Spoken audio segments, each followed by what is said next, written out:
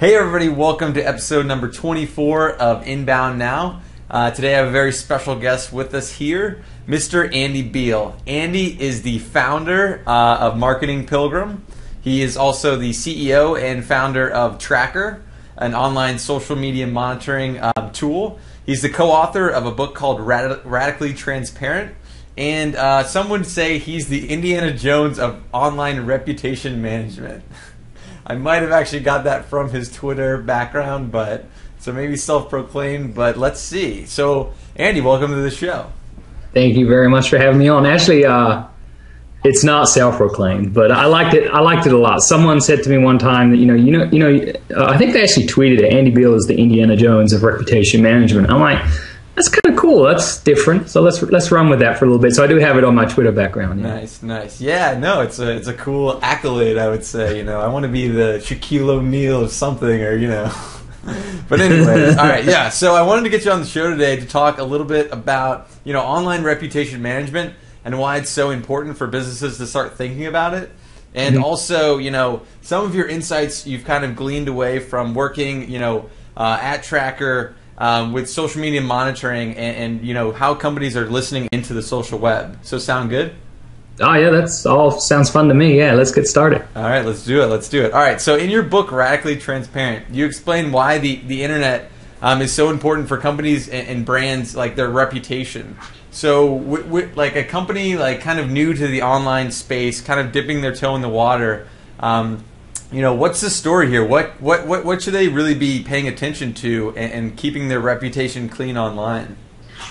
Well, I mean, really when you think about it, your online reputation is now probably more important than, your traditional offline reputation because, especially for companies that have any kind of online presence, but certainly just about anybody. I mean, we don't go to the local Starbucks and meet up with a couple of friends anymore and complain and gripe about a company that, was rude to us or their product sucked. We go online. We know that, we can reach, even if it's just a few hundred people on Twitter, that's far more people than we can speak to at a coffee shop or around a water cooler or something like that. So it just makes it easier for us. And I think that consumers and individuals and companies are realizing as well that they got a voice there. They know that they can get some attention. And if that customer service email goes unanswered for 10, 20, 30 minutes, then they head online and start kind of asking there, or they, take some 20 minutes to write a blog post that ends up ranking, in the top 5 of Google. So,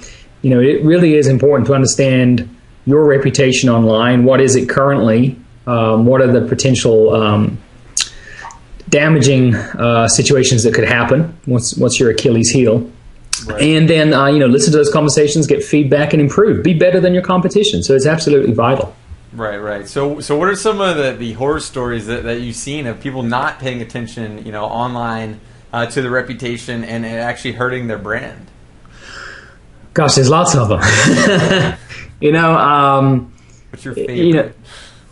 The one I like the most, we talk about Dell in the book, but that's kind of old now. The one I like the most is the Motrin Moms, where Motrin launched a campaign to talk about, basically how moms that wear these baby slings, end up getting backaches, but they kind of like a little bit condescending in the message, and the mama bloggers and the Twitter users kind of took offense at that, and really just out of nowhere created this campaign. And I think that's the thing with social media; it's very incendiary. It doesn't take much of a spark to get people rallied around a cause, and they generally don't even know why they're doing it, but they can do it, so they do. So these moms all kind of got together, and rightly or wrongly, you could say they overreacted or not, it doesn't really matter.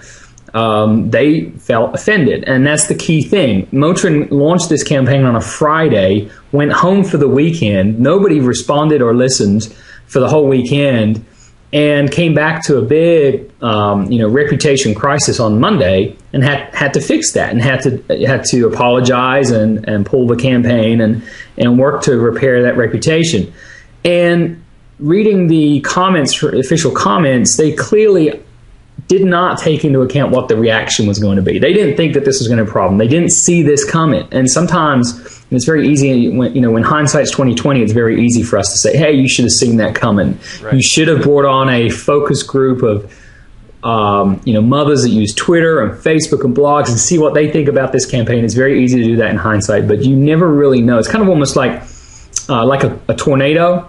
They come out of nowhere. You don't really know where they're going to touch down, and they do a lot of damage and they're gone, right? So that's one thing to keep in mind with a reputation attack. They can do that much damage that quickly.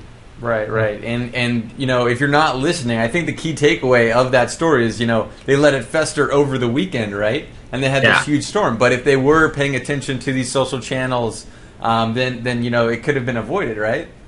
Exactly. Yeah. I mean, the rule that used to be for PR, at least the rule that I was always taught is, if you got bad news, you release that late on a Friday because everybody's gone home and it doesn't, there's nobody around and you're hoping it'll just blow over. Well, to release a social media campaign like that on a Friday and then just to go home and have nobody assigned to monitor it or, no plan for how to capture it. I mean, it just goes to show that the social media side of that promotion was an afterthought rather than part of the main campaign, because it's like, oh, okay, so let's just go ahead and let's turn on the social media campaign now for the weekend, see what, and we'll check it.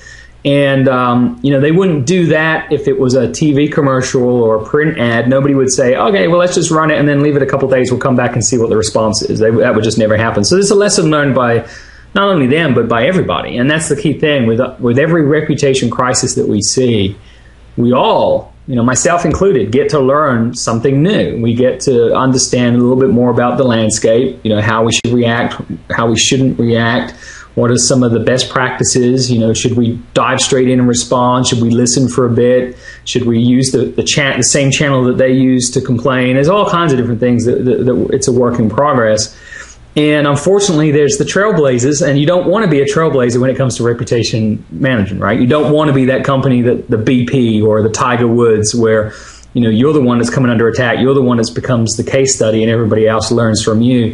This is one of those situations where, when it comes to certainly a crisis, you don't want to be on the cutting edge. You don't want to be ahead of the bell curve on this one, right? You want to be sitting back and just hoping that you learn enough, you gather enough information, you learn from everybody else's mistakes so that it doesn't happen to you. And that's really the first step. It's kind of like an insurance policy, right? You kind of take out an insurance policy on yourself to make sure this doesn't happen to you, put things in place. But then as you mature in reputation management, your goal is to be proactive. Your goal is to build a good reputation, engage your customers, engage your employees, your stakeholders, shareholders, whoever it may be, and build on that. And that's what we're starting to see in the industry now. We're starting to see more and more companies doing that. Right. So start, by listening in, getting the pulse, so if there is something that's going on. You talk about responding in a certain time frame, right?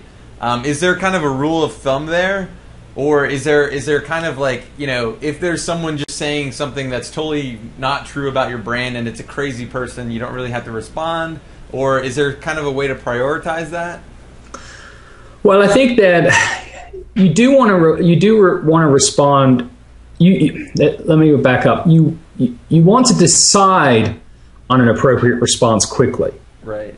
But that response may be no response. So if you do have, the internet troll that's just always attacking you and has just got nothing better to do for the afternoon, and they're always on your case, that may not necessarily require you to respond, because if you do respond, you could end up with what's called the Streisand effect, which is when Barbara Streisand didn't like a photographer taking an aerial photograph of her house, and so filed a lawsuit to get it removed. And nobody even cared. Nobody knew about the photograph until she filed the lawsuit and brought attention to it. So it's now forever called the Streisand effect. And so you don't want that to happen if it's just a troll that's got 50 Twitter followers and nobody reads his blog. You don't want to put a big spotlight on it. Right. But at the same time, you need to look at this to see, is this something we need to respond to quickly? What is the appropriate response? And even if you don't have a completely formed plan, then at least let people know that you're listening, you're hearing it, you're investigating it. One of the things that we do with my own company is, if someone finds a bug or if there's a problem, we say, hey, look, we're hearing you, right? This is not acceptable. We're investigating this right now. I'm going to keep you updated until we get this resolved. Don't let it fester. Don't let that person just kind of like, well, does this company even care? No one's responding. it could be that you're working really hard behind the scenes, right? If you think about a swan on a lake, right? All you see is the swan just effortlessly gliding along the lake. You think there's nothing to it. What you don't see is the two legs kicking furiously under the water, right? So you got to let people know that you're kicking furiously to correct this and to resolve it. So you do have to have some kind of response, but you do need to look at every situation and say, is this something that warrants a response? What kind of response is it? And you do need to move quickly relative to the magnitude of the crisis. Gotcha. And would you say, by responding to, detractors, it's actually a way to turn them into like an evangelist, if you're responding in a meaningful way? Absolutely. There's actually, in the book we talk about this. I can't remember the source of this, but we've all heard about if you do something good, people, your customers will tell 5 other people, right? If you do something bad, they'll tell 10 people, right? So that kind of makes sense. Well, there's a step further. If you do something to really annoy or, upset a customer, but then fix it to their satisfaction, that they feel like you really care, they'll tell 20 people how great you are because you took those extra steps to fix the situation. So, yeah, absolutely. You kind of want to turn these people into evangelists by fixing the situation, and never being so bold as to say, "Hey, now we've solved your problem. Could you tell the whole world how great we are?" But just delighting them to the point where they can't wait to get back online and tell everybody how great you were at fixing the situation. Right. So online reputation management doesn't just live in the social space, right? It also, is really prevalent in search, right? So, this is kind of after a company has, they see a search result that they don't particularly like, or it's detracting their brand. What can companies do in this, bad situation, other than fix their, the problem in the first place and have it not happen to begin with? But what can they do once it already has? Right. Yeah. Your reputation is only ever an extension of your character. So you can't fix it beyond the integrity of and the authenticity of your company's character. So that's one thing to keep in mind. Otherwise, it's just a game of whack-a-mole. You clean one thing up, and then you make another screw up, and somebody else complains. So, the reason why we focus on social media, or at least I do for a lot of things, is because that's where it generally starts. So if you can nip it in the bud with that first tweet or that first Facebook update before they then write a blog post, or if you can get to that blog post and get them to update it or delete it before it gets indexed by Google. So really the end result is going to be, as far as reputation management, the worst thing you could happen online is that it then shows up in Google. And generally when stuff shows up in Google, it's because it's more relevant and more popular than anything else that's ever been written about you. And especially small businesses, they don't have a lot of publicity. They don't get a lot of things written about them. And they don't take a lot of time to create content outside of their own corporate site. So then they have this scandal, this a semi-popular blog writes something about it. It attracts a lot of links because we buy newspapers when there's a scandal on the front page. We link to blogs when there's a scandal on a blog. So it's the same concept. And then all of a sudden it jumps into the top 10, top 5, top 3, and before you know it, it's costing you business, costing you customers. And so trying to nip it in the bud early, trying to resolve it early is the key thing. But then if it's already made it into Google, you've really got to look to create content that is more relevant and more popular. And I'm kind of trivializing Google's algorithm. It's got a couple hundred different components to it. But it really boils down to how relevant is the page to the keyword and how popular do other sites think it is, and how relevant do they think it is. And so that's really what it boils down to. And so we just need to combat that. And that's when being proactive helps, because you don't want to be building this content and trying to get a blog ranking or your Facebook page ranking in Google, or you launch a new Tumblr site or something like that. You don't want to do that when you're knee deep in a crisis, because it could take weeks before it starts showing up in Google, because you're not going to attract as many links as quickly as the negative blog post does. So you need to be proactive. You need to do it now. You need to put your company name or your name into Google, and you need to be satisfied that with the top 10 results that show up, that this would look good, whether you're showing a customer, or whether you're showing your boss, or whether you're just showing your mom. Gotcha. So making those sites before the crisis happens, it makes total sense, right? So what about, registering, your company name, sucks.com or .org or whatever? Like, what's your opinion there? Is that something that's necessary, or kind of we're wearing tinfoil hats now? What do you feel about that?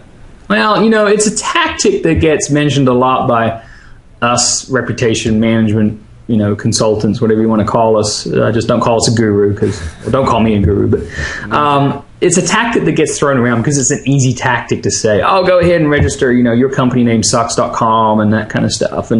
But really, unless you're launching a company where or you have an existing company where that there's likely to be negative press written about you, and really, it's a little bit overkill to go ahead and just register all those. Because where does it stop? Do you get the .net and the .org of that? And so, really, my advice is to get your .com, get your .net, .org if you can. Any real common misspellings, try and get those. But for the most part, don't worry about that, because really, you're going to see that it could be any page on any kind of domain name that doesn't even include your company brand in any of the URL structure that ranks in Google. And so tactics I prefer are making sure you've got, for example, if you've got the .org and it's just sitting there, it's just pointing to your .com, not doing anything with it, create a site that talks about your community relations or your charitable efforts. If you make a sizable donation to the Red Cross each year and you volunteer your time, create a site that talks about that, right? So it's going to rank well because now it's got legitimate content. It's got a legitimate reason for existing because you're talking about your charitable efforts. I also like the subdomain approach. If you've got a legitimate reason for putting some of your content, so for example, your investors page, put all that onto investors.companyname.com, or maybe your jobs page. So now you've got careers.companyname.com. You can't have the duplicate content, and you need to pass the manual review, if you like. If Google ever took a manual review of this content, would it stand up to that review in that you could honestly say there is a real reason for you having that subdomain, and there's enough content there? But those are some of the tactics that I like to use, because now you're piggybacking off of the company name in the .org, or you're piggybacking off of the company name in the root of the subdomain. So those are some good tactics I like. Okay, cool. And the idea is to push, if there was anything negative, or just to keep it out of showing up when someone Googles just the company name out of the first two pages of Google, right? Yeah, generally only about 80% of people are going to go beyond the first page. Yeah. So if you can get something negative out of the first page, you're good. I often tell people that they should monitor at least the first 20 results, preferably the first 30. And it's not because you want to dominate that many results, but you need to be aware of anything negative that is starting to move up. You don't want to be blindsided by a result that's negative that all of a sudden jumps in at number 8. When really it didn't just come out of nowhere. It was, first of all, it was number 29, then it was 24, then so on and so forth. So you just need to kind of be aware of that. But yeah, when I was doing Google reputation management for clients, a success was getting everything negative out of the top 10. Gotcha. Cool. So switching gears a little bit to talk more about social media listening. Okay. So. You wrote a guest post a while back on Top Rank blog, basically the 6 critical steps to take before starting your social media monitoring initiative. And you talk about how companies, and to quote CC Chapman, how they're starting to listen to the social telephone, listen in on the conversation. What advice would you give to companies starting out their monitoring programs there? Well, first of all, you got to understand what your goals are, right? So it doesn't do your company any good to go out and spend a couple $1,000 on a monitoring firm or a piece of software, and just say to yourself, "Hey, we're monitoring, right? So now we got that covered. Let's move on to better things, right?" So you got to understand what your goals are. What are you trying to achieve? Are you trying to improve company reputation? Does the CEO have a tendency to get kind of negative press, and you're kind of listening for that? Are you trying to increase your stock price? What is it that you're really looking to achieve? Other things that you want to do as well is just test. One well, understand your brands, so for example, where are we going to come under attack? So your company name, your CEO's name, your products, that kind of stuff. And then just test it. There's nothing wrong with signing up for Google Alerts and just listening, seeing what's being discussed about you, or typing your name into Google News or, Ice Rocket or some other, social media or news kind of search engine, and looking to see what's being said about you. Get a feel for it. Then try and manage it yourself, because then that way you're going to get an idea of what your needs are. Do you need all of the fancy charts? Do you need sentiment analysis? What is your needs here? Do you need something that's just simple, or you need something complicated? Then once you've got all of that understanding, then you can go out and look at, who are the vendors that are available, and Tracker is my company, right. And we offer an affordable, simple solution for monitoring. But there are plenty of other companies out there that offer features that might be better suited to a particular customer. Yeah. And then probably another critical thing is to not silo that information. So it's one thing to collect it, but what are you going to do with it, right? So don't just sit on it and just kind of let it kind of go by the wayside. If you're seeing common critical feedback about your product, get that to the R&D department. If you're seeing people love a particular feature, get that to the sales team so that they can focus on that as a selling point. So just make sure what you're collecting is not siloed. Right. And grabbing those sound bites and customer stories, I think that'll move the needle, inside an organization as well. It's kind of proof that, hey, we should start really doing this because there's a lot of people talking about it. So. Yeah, exactly. Yeah, because you've got social proof, right? So if you're trying to get a decision made or get a change made internally, and you've got social proof to back that up, that makes it a lot easier. And then also, another thing to be monitoring as well is your competition. Don't overlook that. Keep an eye on what they're doing. What do people like about their products? What is they saying about their services? If they come under attack, do an audit. Could you potentially come under that same attack? Or do you have that same weakness? Or are you so strong there that you launch a new publicity campaign around that strength, not necessarily pointing out your competition's weaknesses, but highlighting that you're not weak there, that's a strength for you guys. So Gotcha. Cool. So running Tracker, you must see a lot of interesting search queries and what have you. So what are some inventive ways that you've seen companies kind of using the listening tool, because a lot of people, they'll listen to their brand terms, right, and then competitors and a couple other things, but what have you seen that you're like, wow, that's actually a really good search kind of query to find interesting stuff? One of the things I really like, and it's not our, when I launched Tracker, it wasn't ever really one of the features that we wanted to offer, and we still don't really talk a lot about it, but we have a lot of SEOs that sign up for Tracker because what they do is they take the kind of either the anchor text or the keyword, whatever it is that you want to call it, that they want to get their clients ranking for, and they monitor conversations surrounding those keywords. And so, if it's iPhone ringtones, you're monitoring that keyword, and anytime you see an influential blogger or a news site write about it, then reaching out to those people and seeing if they'd be interested in writing about your client. Maybe you can get a link from them. Different things that you can do to try and build, to aid in link building there. Right.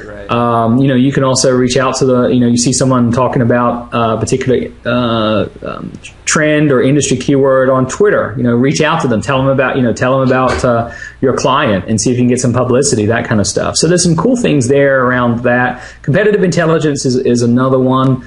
That I like. Just industry insights, just kind of keeping abreast of what's going on in your space. You no need to have Google, an RSS reader with multiple different feeds. Just tell us exactly what industry keywords are important to you. Tell us about your industry, and we'll kind of bring you all the news straight into a single dashboard. So there's a lot of cool stuff that you can do. Cool. So, and one of the things that I noticed, you pull in the Cloud Score into Tracker, right? And I wanted to get your feedback on so what do you really on cloud? Do you think it's a viable metric to actually gauge, influence, or is it just kind of the best thing out there right now? I mean, what are your thoughts? Well, look, here's the thing. I know that these kind of influence scores kind of come under fire, but here it really doesn't matter how accurate it is. It's how people perceive it. So if I drive a Porsche 911, which I don't, I'd like to, but I don't. But if I drive a Porsche 911 you're instantly going to have an idea, or you think you're going to have an idea of the kind of character I have, the kind of influence I have, the net worth that I have, versus if I drive, an old Yugo or a Mini or something like that, right? So everybody has that perception. It's flawed.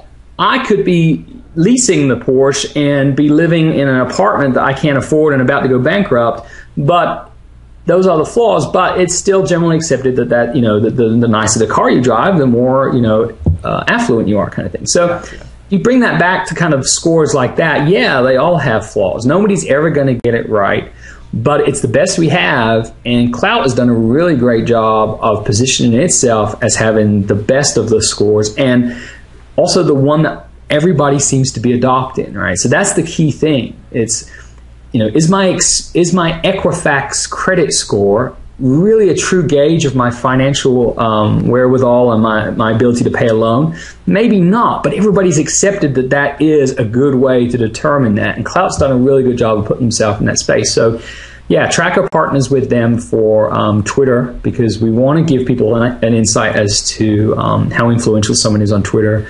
And then we calculate our own score for blogs and news sites. And again, it's not perfect, but it's better than taking a wild guess as to, is this site a site that's going to cause me damage to my reputation? Do I need to worry about it? How influential are they? So plenty of room for fine-tuning across everything, and I think we're going to see fine-tuning, and it's just going to continue to improve. One of the things that I've noticed, it kind of helps prioritize. If you do have a number of people like kind of talking, if you're a big brand, you can kind of prioritize down that list. It kind of helps vet that list a little bit if you kind of run into that time constraint. So I've seen. Yeah, I mean, think about it. I mean, at least Klout's score is a score out of 100. I mean, we've been SEOs in particular have been obsessing over PageRank, which is a score out of 10.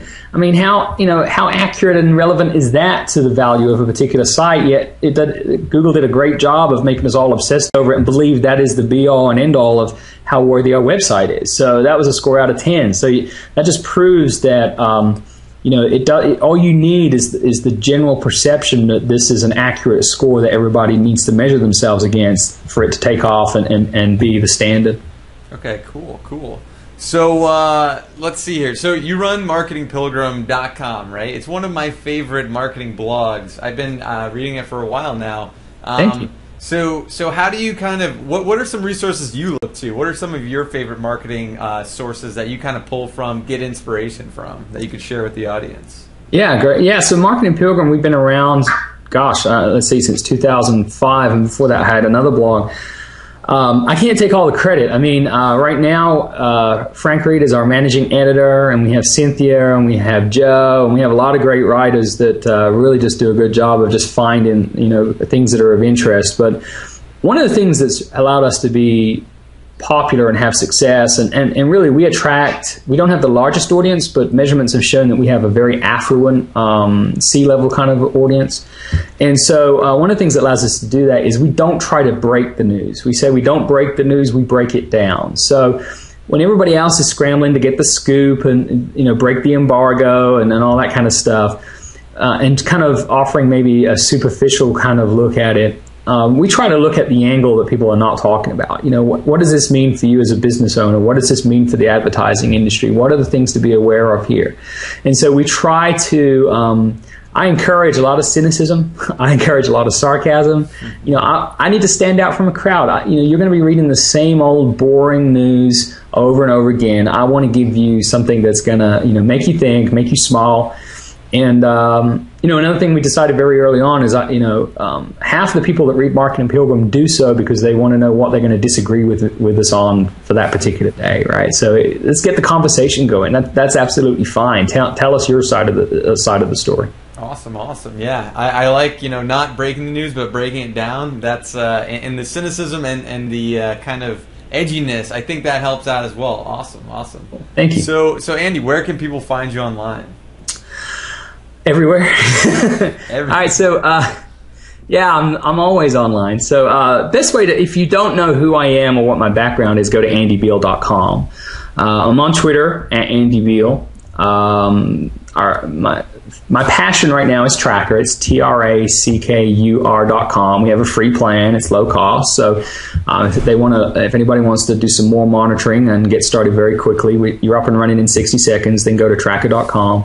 But yeah, you'll see me a lot of places online. Flickr, I love photography, so you'll see me on Flickr a lot. I'm on Facebook, but I'm not one of these, hey, let's see how many friends we can get kind of guys. I kind of, that's more for, if we get to know each other and become friends, and I really want to know what you had for breakfast, and I really want to see those cute baby photos, then we'll be friends on Facebook. But for the most part, Twitter is a good place to find me if you just have a question or you want to reach out and say hi, or if there's anything I can do to help you with.